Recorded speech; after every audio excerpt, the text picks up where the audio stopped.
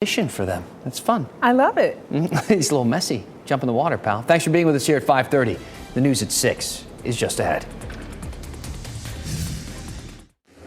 Right now at 6, 2 students caught with guns on the grounds of 2 different local schools. One student just 6 years old.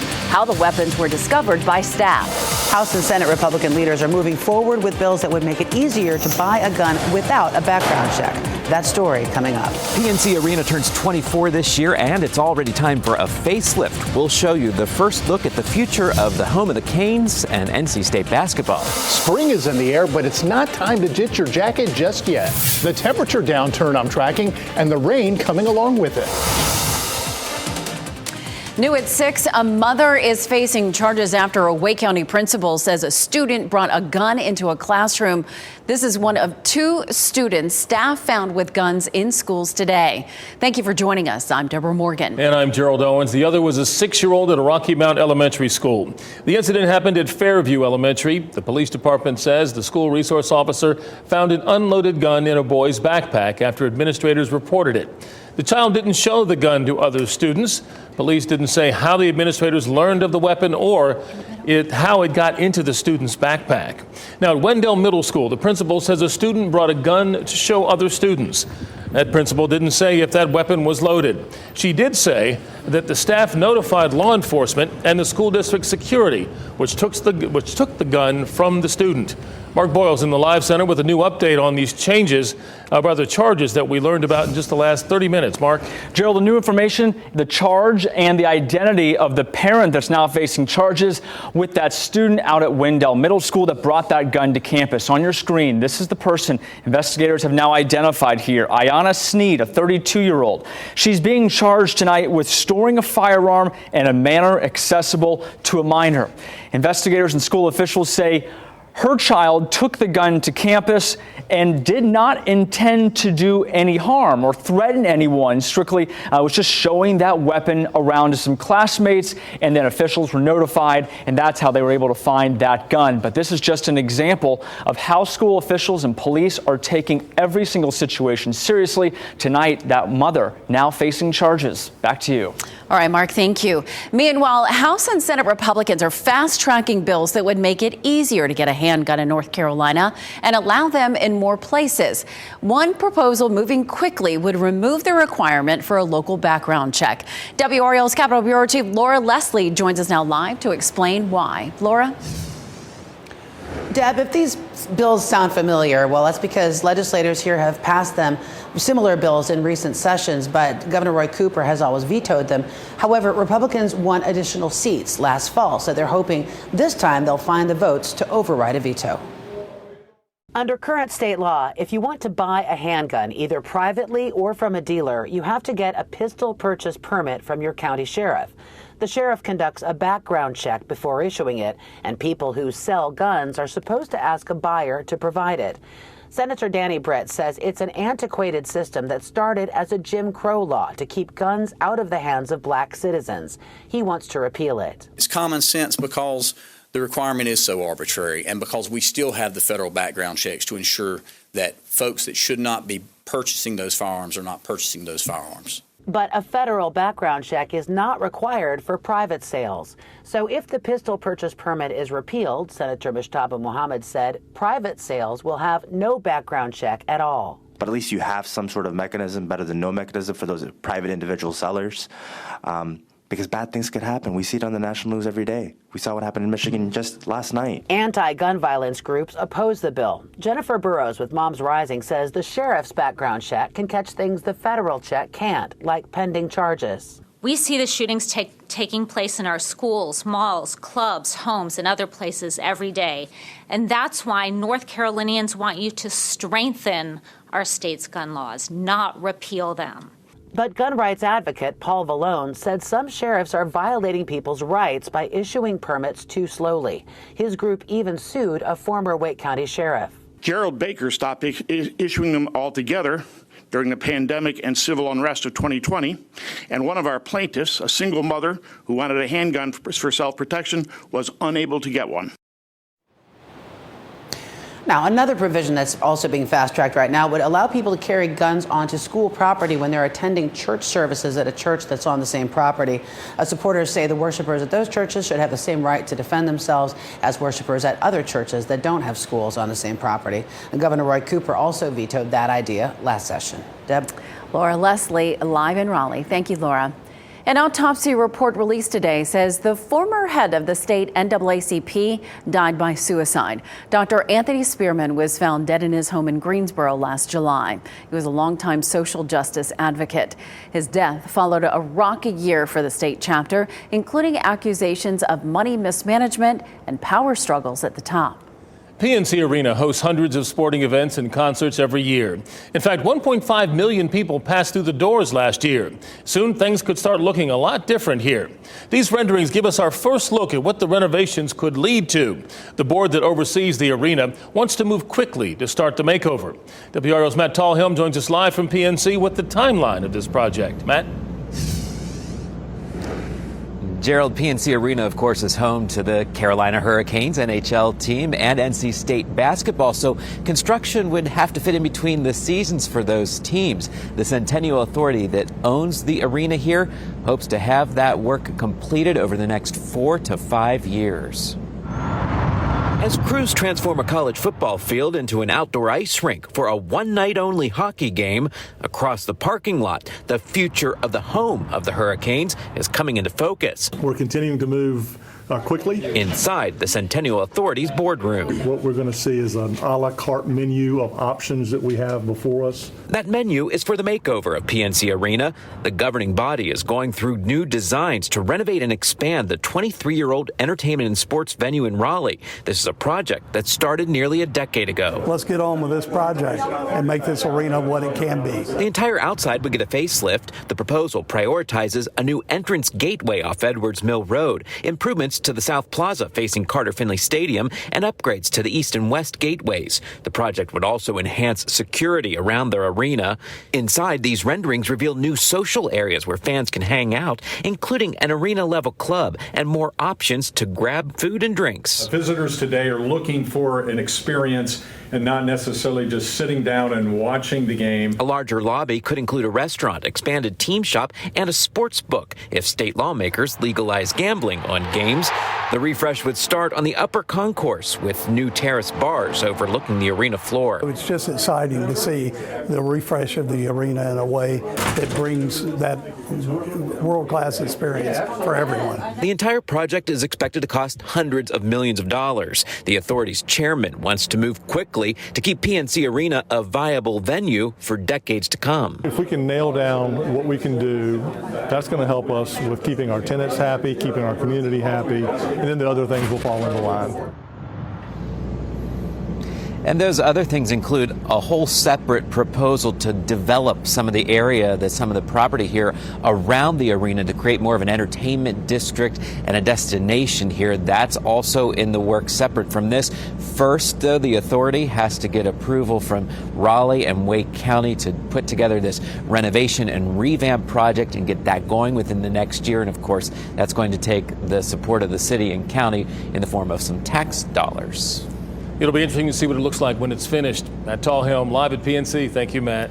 Speaking of those tax dollars, they are coming from more people visiting Wake County. In fact, the 2022 tourism industry report shows record-breaking numbers. The hotel occupancy and food and beverage tax collections were the highest ever in Wake County. Hotel occupancy increased 17% over 2021 numbers. Joel Fuller is the general manager at the Sheraton Raleigh Hotel. He says they've seen a big turnaround from the pandemic. From the conventions and meeting side of things, things have really improved.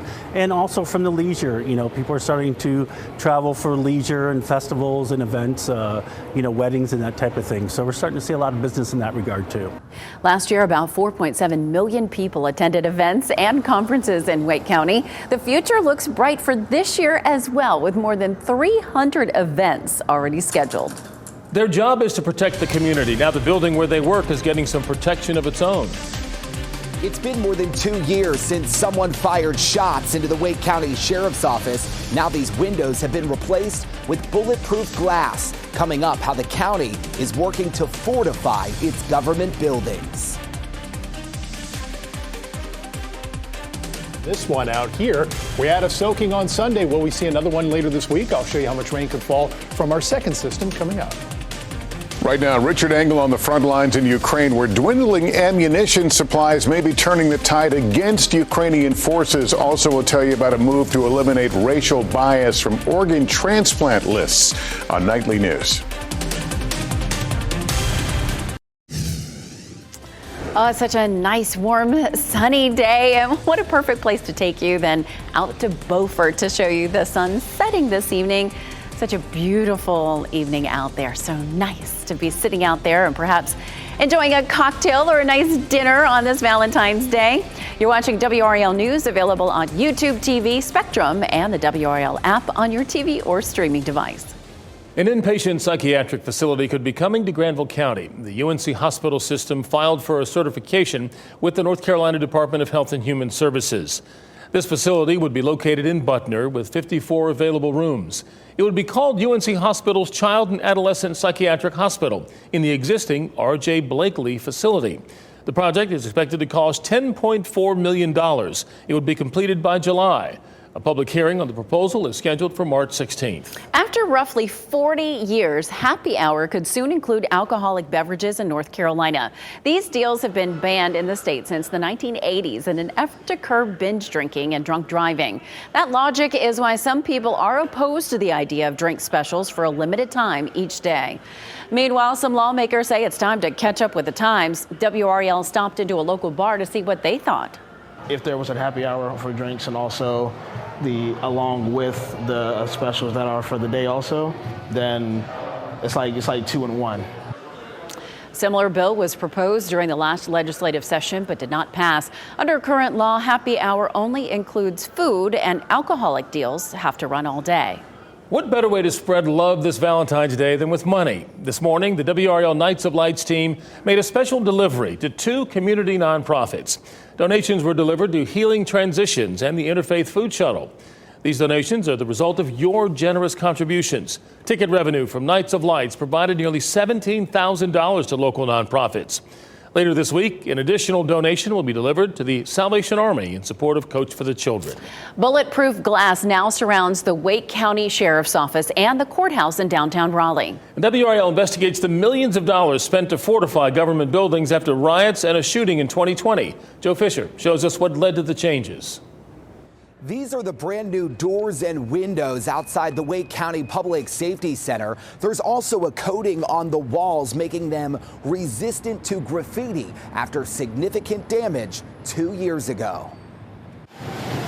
The restoration of the Wake County Public Safety Center comes after several acts of vandalism, from shattered windows to bullet holes and paint poured on the building. With the current climate of attack on government, that we need to be prepared, ready for the what if, and it starts with fortifying our location. Situations like the downtown Raleigh riots in 2020 following the death of George Floyd. Protesters also damaged windows at the Wake County Courthouse. Months later, surveillance video shows a man in this white car firing a dozen shots into the sheriff's office, sending people running for cover.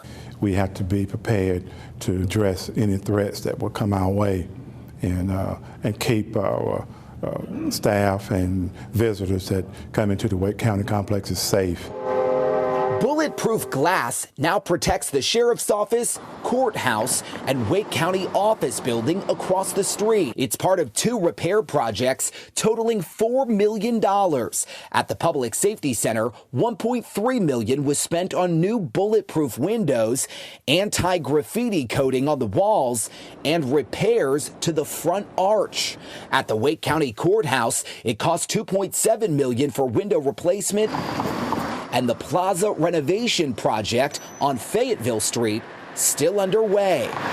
Sheriff Willie Rowe says it's a miracle no one got shot when the bullets started flying. Now there are extra layers of protection to keep people safe. We're utilizing every tool possible to keep Wake County safe and make it even safer.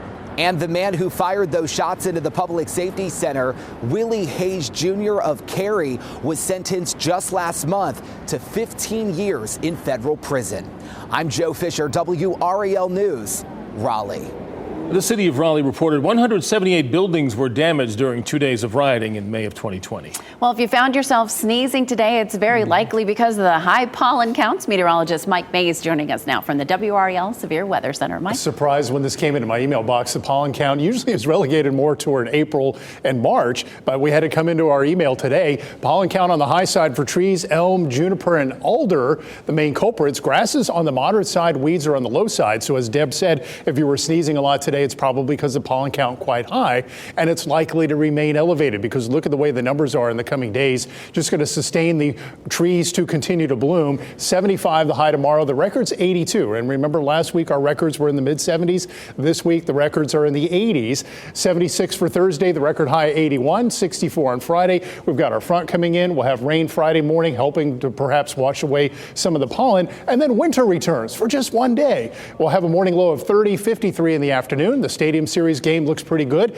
Temperatures will be on the cool side. 64 on Sunday. We'll be back into the 70s by Monday. So if you're heading to the game on Saturday, Kat Campbell will be there reporting.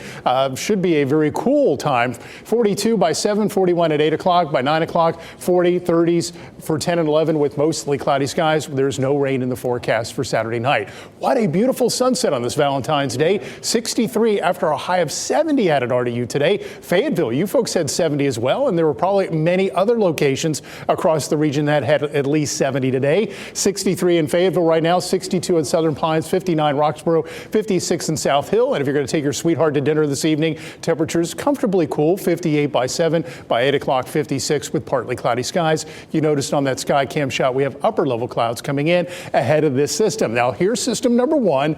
This is system number 2 over the southwest. System number 1 just bringing us some cloud cover. It'll pass by harmlessly. And system number 2 will bring us the rain. And here are the projected rainfall totals coming in Thursday night into Friday morning. Tomorrow we'll have high resolution model data for the day Friday, so we'll get a better idea of timing. We've got Fan Fest in downtown Raleigh on Friday from 11 a.m. to 9 p.m. I think most of the event will end up being dry. The question is, how quickly will the rain move out Friday morning? We'll answer that on the day tomorrow. 99 hundredths of an inch of rain. We'll call it an inch from the American model, 41 hundredths on the European model. So we have rain on the way, but not the soaking that we saw on Sunday.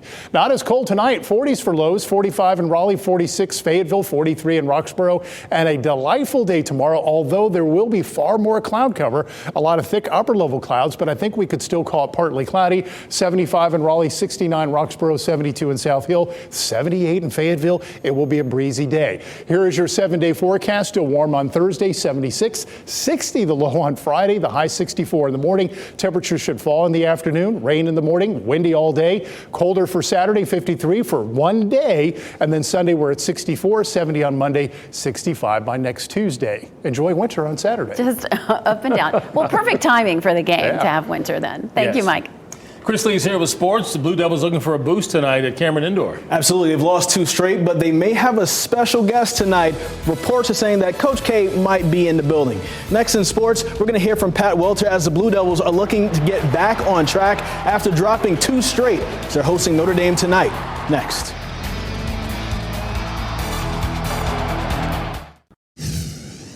The traditional fan talking point around Duke is that they get all the calls.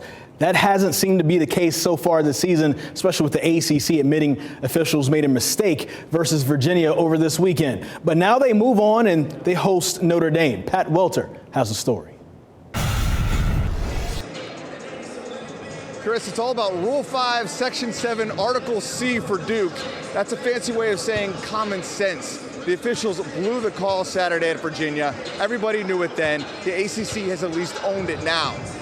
Duke gonna somehow have to put this one behind them. The Blue Devils should have been awarded 2 free throws at the end of a 58-58 game at number 8 Virginia. If Kyle Filipowski makes 1, Duke gets its 4th quad 1 win and their first AP top 10 win of this season. Instead, they lose in OT. The ACC admitted officials made an incorrect adjudication, in their words.